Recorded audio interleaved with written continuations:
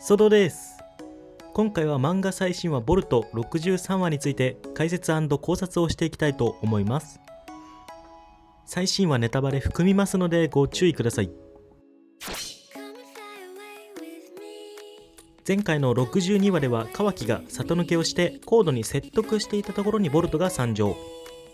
コード vs ボルトが開幕したところで前回の62話は終了していました。チャクラの消えたカワキを追ってきたのか、どうやってとコードすら事実を知らない。大月かカーマか何にせよ彼らには特別なつながりがあるみたいとエイダは言います。余計な真似すんなっつったろうが、殺されるぞ分かってんのか。おいコード、俺をどこかへ連れてくんだろ、こいつに構うな、さっさとやれ。ボルトは自分を犠牲にするカワキに対して何言ってんだとキレていきます。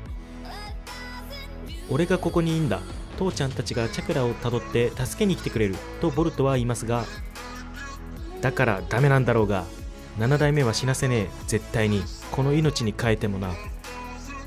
俺に会いてえってやつがいいんだろ、そいつと話をさせろ、てめえとは拉致が開かねえ。一式教のコードが殺しのリストから除外するほどの影響力を持ったやつとカワキは気づきます。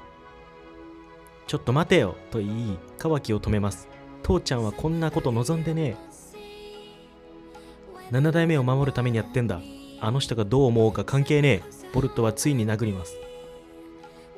お前のことは俺が守んぜ、俺の勝手だなあ兄弟。エイダはそれを見て惚れています。大月桃式の器渦巻きボルト、君のことは尊敬している、神にも等しい存在だからこそ心苦しい。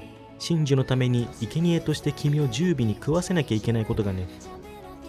どうやら話の通じない最高野郎ってことでぶっ飛ばすしかねえだろう。勝てない相手と分かりながらも兄弟を守るべくボルトはコードに立ち向かい戦闘開始。その頃ナルトはイノを含めて全力でカワキを追っていました。ボルトがいないのも気づかず、ボルトは今どこだ、話があんだ、すみません近くにはいないようですとカンチは言います。爪痕から爪痕へ移動しなかなか攻撃が当たらない。ボルトは広範囲の陣雷戦で攻撃します。それでも爪痕で逃れていきます。なるほどね、面白いね、ワクワクするよ忍者と戦うのは。カーマの使い方がなってないなと言いコードは白いカーマを広げていきます。ボルトのカーマでは歯が立たずコードに圧倒されていきます。カワキはまるで相手にならねえ、分かりきってたことだろう、当然だ。コードは語りかけます。知っているかい、カーマを発動することでなぜ急激に強くなるのか。身体能力の向上によって力や速度が増すが要因ではあるが、劇的なまでの戦力向上にはつながらない、もっと別なところにあるんだ。カーマの真髄ってやつは。カワキも知らないのか驚きを隠せずにいています。長い時を生き蓄積された大月の戦闘経験値、こいつが自身にそのまま上乗せされるのだ。つまり一瞬にして歴戦の猛者になれるってことさ。カーマの力を正しく引き出せればね。見せてみなよ、そんな程度のはずないだろう、大月桃式の力が。ボルトがやられそうになる瞬間、ついにボルトがカーマの力を解放しました。ボルトは兄弟を守るべく解放してしまいました。桃式の出現なしで自覚のある状態で覚醒。63話はここで終了しています。やはりコード戦でボルトは何らかの覚醒をすると思っていましたが、しましたよね。それがまさかの少年期でボルトの自覚あるまま桃式同等の力を使う解放状態。これまでは2回とも桃式に乗っ取られて無自覚のままカーマの解放をしていましたよね。今回は自覚のまま。そうなるとこの時点でもうナルサスよりも強いことになりましたよね。大月同等の力という響きは正直かっこいいのはありますよね。最強感が。解放後のボルトの重圧感もかっこいいし、これはもう次回がめちゃくちゃ楽しみではないか。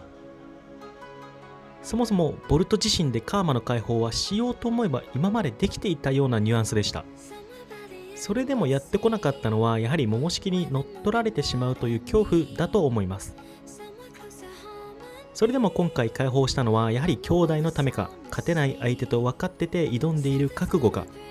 ただ問題なのは自覚のまま解放したとしても桃式に乗っ取られている状態かどうか。このボルトの座り方からしたら明らかに桃式の精神もありそうですよね。角は生えていないので桃式とボルトの精神ハーフ状態であるのは確率は高そうです。しかもここでは額当てもしているので、もう間もなく上眼の出番が近い気がしてきましたよね。流れとしては精神がハーフ状態でカーマ解放状態を使いすぎて桃式に乗っ取られるって時に、ボルトは自ら区内で白眼を潰そうとするのか、角をへし折った時みたいに、もしくはコードがこの解放カーマに負けそうになり止めるために白眼に爪で攻撃したのだろうか。精神がハーフだとすれば白眼の存在意義も立つ。上眼は桃式の精神を抑えるような効力です。ただ今回カワキは自ら連れ去られようとしていたので、その流れは確実にありそうな予感。そうなるとコード vs ボルトはボルトが負けの展開で、コードとカワキはどこかへ行きボルトは帰還。仮にコードを倒したとしてもコード編は終わってしまうので、それはない路線です。でも今回ナルトのシーンもあり、ボルトはどこだというのがあり駆けつけてしまうような気もします。その前にもボルトが父ちゃんが来るとか、カワキの7代目が来たら意味がないなど来てしまうような伏線も少々あります。しかもタイミングがボルトのカーマ覚醒状態、そのさっきの精神ハーフもしくは完全乗っ取りなら、ここへナルサスが来たらバッドエンド。ガーラの我が子が撃てるのかという伏線で、やっぱり撃てずにナルトはボルトに敗北。そのボルトにカワキは憎しみを抱きながらコードと共にからの次の組織ならぬ何かの組織へ、青年期へと入り穴とかっていう組織作っていくのでしょうかね。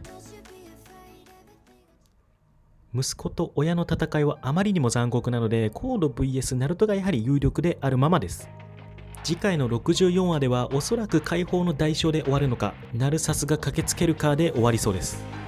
ご視聴ありがとうございました。次回もよろしくお願いします。チャンネル登録、みんなの感想コメント、考察コメントぜひお待ちしております。